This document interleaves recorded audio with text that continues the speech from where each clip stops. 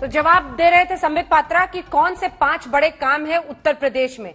बड़ा सवाल तो ये है, एक सेकंड, बड़ा सवाल तो ये है कि देखिए उन्हीं 5 कामों के आधार पर ओवैसी साहब कह रहे हैं, संबित पात्रा जी, कि काम काज गिनाना मुश्किल होगा। वो कह रहे हैं ओवैसी साहब कि इस बार तो योगी को मुख्यमंत्री बनने नहीं देंगे हम।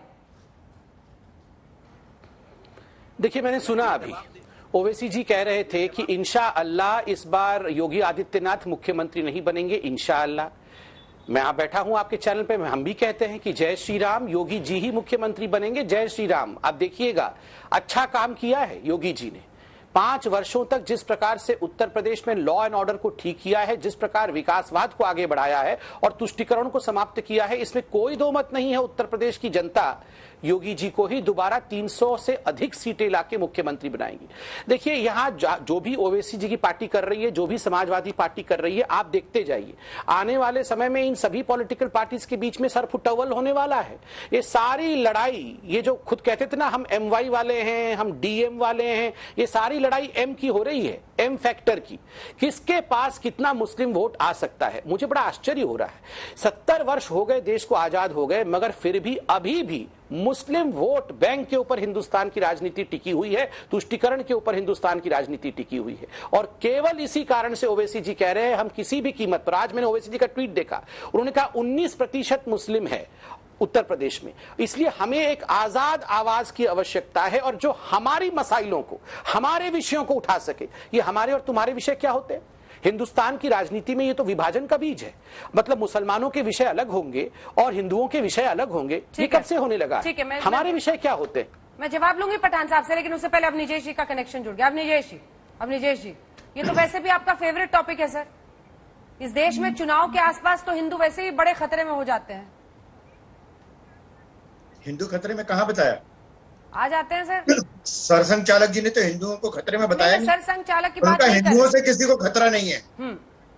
उन्होंने कहा हिंदुओं से किसी को कोई खतरा नहीं। उन्होंने तो कहा है सबका DNA एक है, सभी भारतीयों का। लिंचिंग करने वाले हिंदुत्व विरोधी हैं। क्या आप भी ये कहेंगे? मैं एग्जैक्टली यही कह रहा हूं कि ये बात, और लिंचिंग पर सबसे पहले बात बता दूं और उसके बाद मैं बताऊंगा कि ये पहली बार नहीं कहा। संघ के सरसंघ चालक, किसी भी सरसंघ चालक ने पहली बार ये नहीं कहा, हमेशा से कहते आ रहे हैं। राष्ट्रीय स्वयंसेवक संघ की स्थापना के समय से ये धारणा है और मैं आपको प्रमाण के साथ अभी बता दूंगा। महत्वपूर्ण बात यह कि लिंचिंग की सबसे भयावह क्रूरतम घटना स्वतंत्र भारत में 1984 में सिखों के साथ हुई।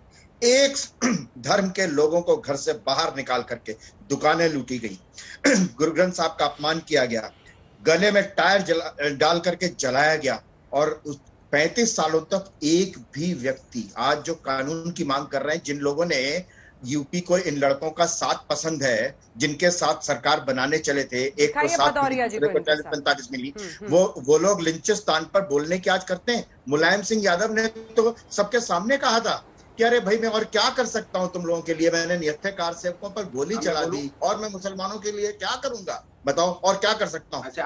ये विभाजन की राजनीति नहीं है। आप कहें तो मैं द्वितीय सरसंचालक परम पूजनीय गुरुजी के शब्द में उद्धृत कर सकता हूं। एक शायद 5 सेकंड लगेंगे, वो लिखते हैं और मैं आपको बता देता हूं कि कहीं और से नहीं पढ़ रहा हूं, ये विचार नवनीत सरसंघ।